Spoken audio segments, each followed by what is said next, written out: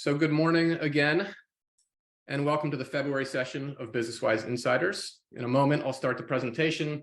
And as I said, I'll just keep everyone on mute during the duration of the presentation portion to minimize disruptions.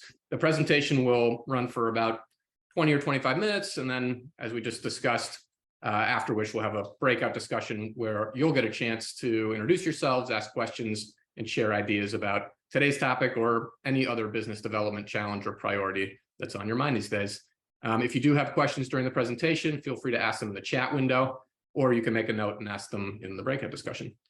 So with that, let's go ahead and reveal today's topic.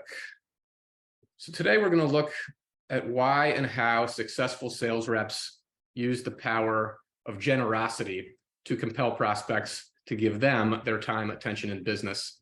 And we're going to look at the concept of generosity from a few different angles to show you why giving is such a powerful tool in your biz dev toolbox, and why the best sales reps are almost always very good givers of their time and ideas. And one of the biggest reasons that giving is such a powerful biz dev tool is because there's a very strong psychological component to the act of giving, or more to the point, the act of receiving something. So we're going to start there.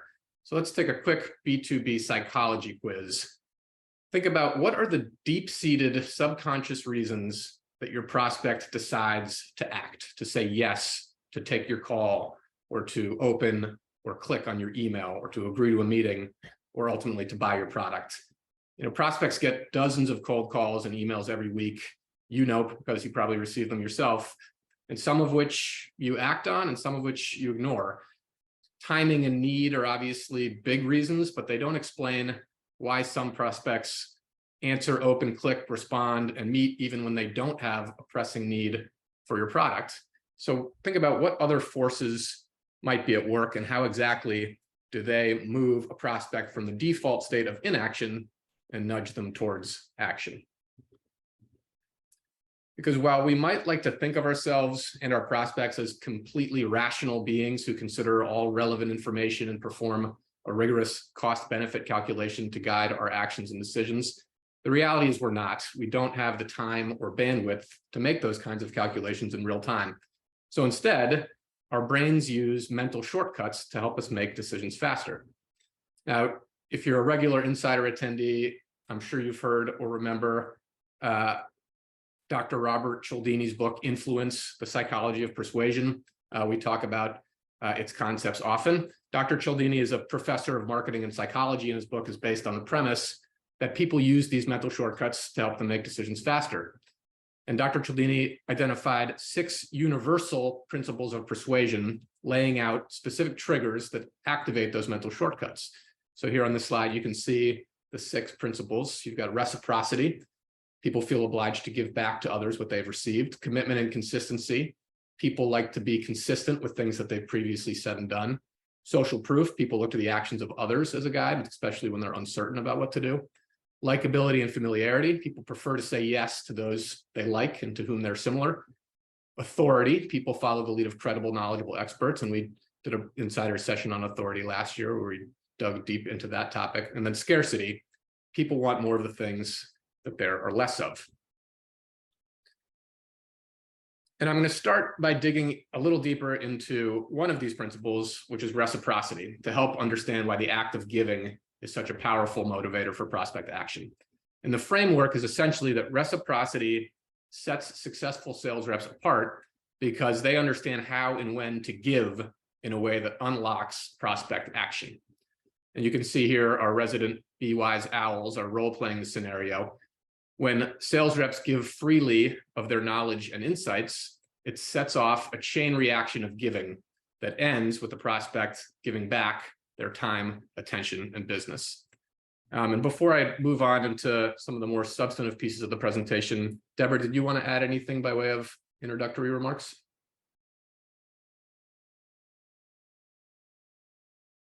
I think you may need to unmute yourself.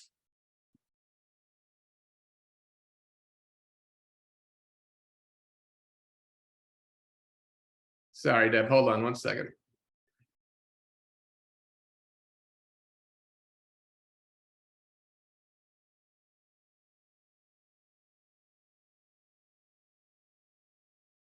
That's not working. So I'm just going to go ahead and move on. Sorry about that, everybody.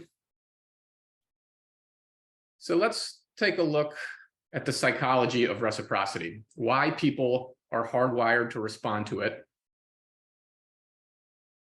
and some real world examples that demonstrate its effectiveness. So as I already mentioned, Cialdini's explanation of the principle of reciprocity is that people feel obliged to give back to others what they have received.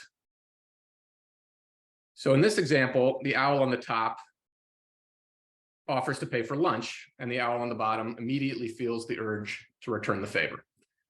Even if the orange owl would never have thought of doing a favor for the blue owl, the offer, that initial offer, triggers an internal obligation.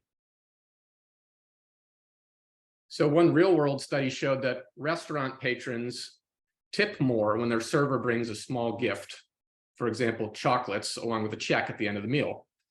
So even though the gift was small, it mattered, and it created a sense of obligation on the part of the diner to give back in the form of a more generous tip. Another study found that participants in what they thought was an art appreciation study were more likely to buy raffle tickets after being given a free soda. And that even when the participants have been primed to dislike the person making the request, for example, by accidentally overhearing a phone conversation in which the person was being rude, they still bought more tickets after receiving the free soda due to that unconscious sense of indebtedness. And that's pretty mind-boggling when you think about it. The sense of obligation was strong even when they didn't like the person. And the value of the reciprocal gift in both of these examples, the raffle tickets and the dinner tips, was considerably larger than the initial gift they received, some chocolates and a soda. So in the context of business development, there are a handful of common ways that sales reps and marketers use the concept of reciprocity to entice people to act. Think about free stuff you can give your prospects, free samples, free trials, rewards that want to make prospects give back to you. Referrals, as a sales rep, referrals create that sense of indebtedness and can lead to reciprocal referrals. And then free knowledge. Prospects will pay you back for free advice and ideas, tips, guides, white papers, any particular way that you can convey your insights and knowledge to your prospect. So Deb, I'm going to give it one more shot. I think I may have said it so that you can weigh in now. Thanks, Sam. Great, there we go. Appreciate it. The one thing that I did want to mention is something Dr. Cialdini wrote in his book, which said that as much as this science proves that these persuasion techniques work, it's really important that we don't use this knowledge to manipulate people. And I know no one here would do that. I think it's just really important to remember that all of us have an ethical obligation to do the right thing, and yet still use some of these techniques in an appropriate and positive way. Right, that's exactly right. These are psychological concepts that can be used to the benefit of everybody rather than a gimmick to be used to the benefit of just the sales rep in a manipulative way. So for the rest of the presentation, I'm going to look at 3 different ways that sales reps can use generosity to set themselves up for biz dev success. And we've already talked a little bit about the idea of reciprocity, but here's another way to think about it, especially in the context of B2B prospecting. So reciprocity is the concept of giving something first in order to entice, to increase the odds that your prospect will say yes to a later request. And again, that's because the act of receiving something creates that powerful sense of obligation to reciprocate. And I already mentioned a few top line examples of things sales reps give for free, but I wanted to get a little bit more specific and offer some examples. So here's one from the website Copyblogger, which offers content marketing resources for marketers. And as you can see, the very first thing you see on their homepage is the offer of a free training resource. And they give a lot of stuff away for free. And if you sign up for one of these free resources, you begin to receive a series of emails. And that's what this homepage offer is, after all, a free email series on content marketing. And at some point, you'll receive an offer for a resource that is not free. And thanks to reciprocity, the odds that you'll say yes to that offer are higher than if you hadn't received the free resource in the beginning, if you had just come to this homepage and been prompted to buy or walk away.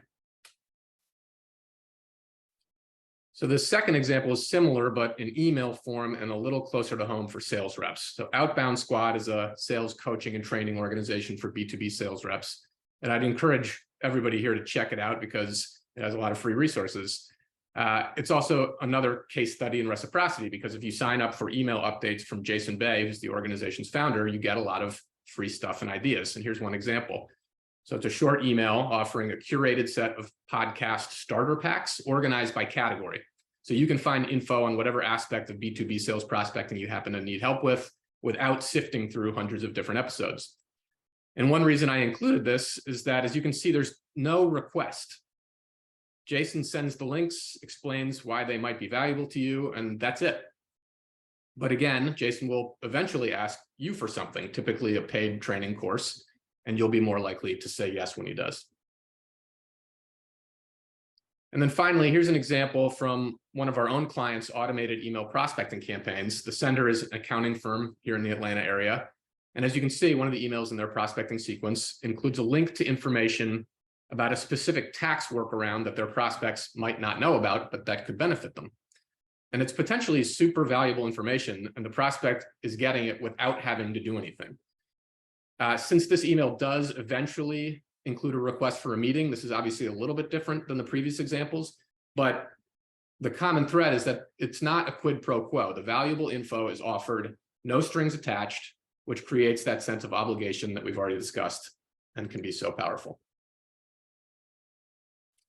And so the key points with reciprocity are that you give before you get, you give before you even ask, sometimes a long time before you ask, and that sets you up to get something back.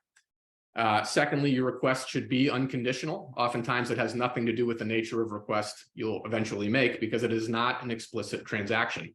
It is an implicit sense of obligation created by an unconditional act of giving.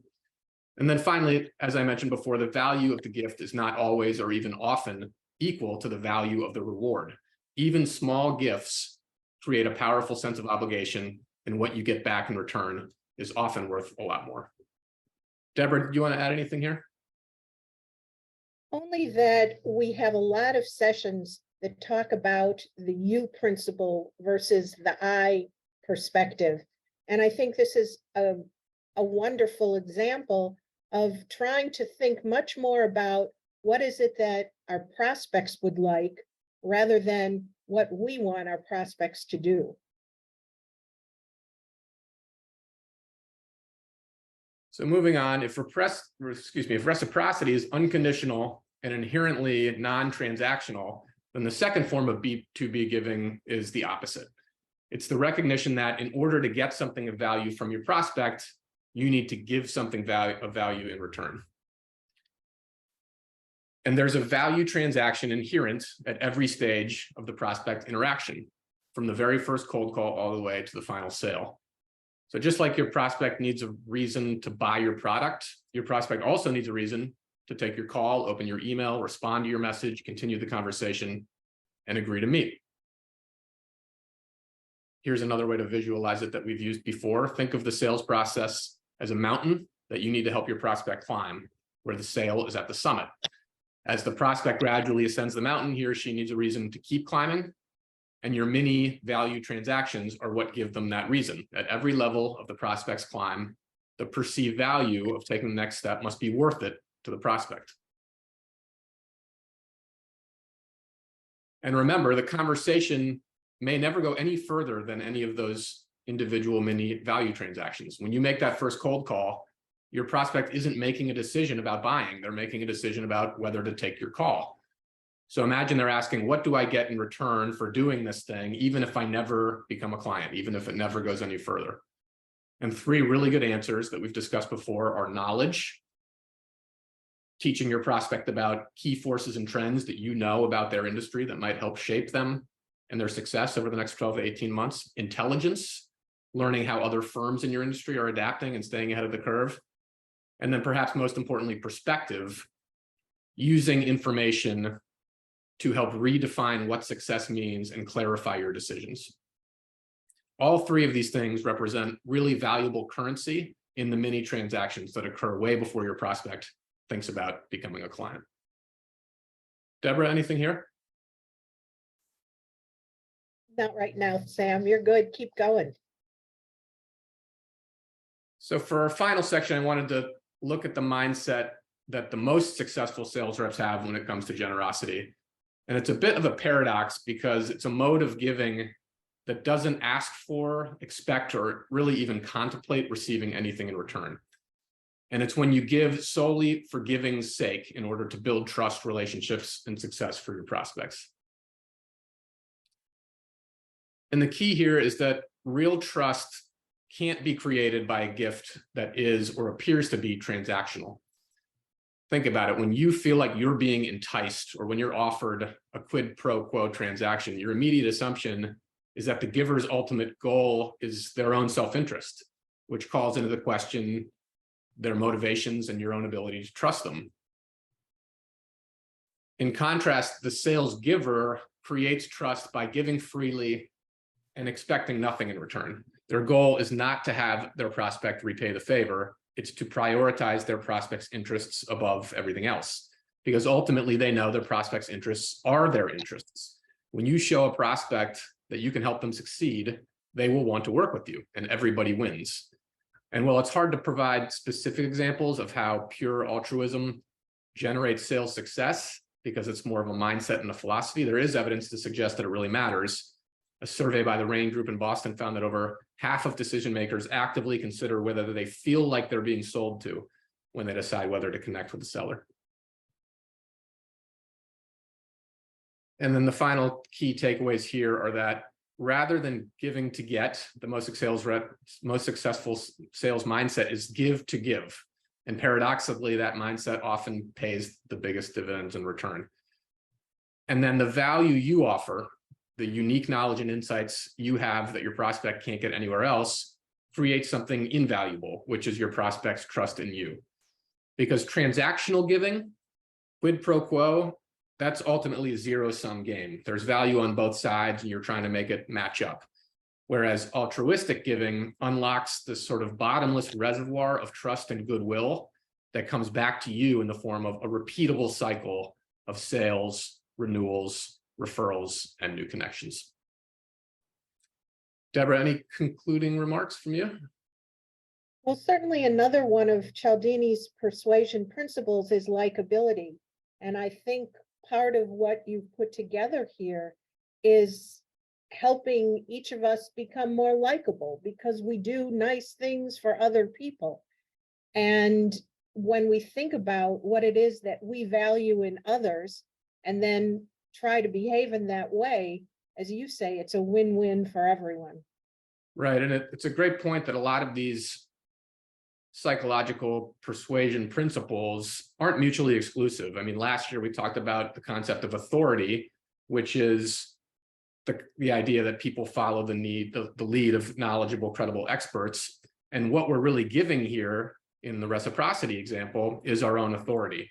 Likability obviously comes into it as well. So I'd really encourage you to learn more about the 6 principles of persuasion because they can be used in ways that are not manipulative, that really compel prospects to act and give them a reason to engage with you. So with that, thanks everybody for attending the presentation. And I'm going to open it up to a breakout session so we can say more and say hello.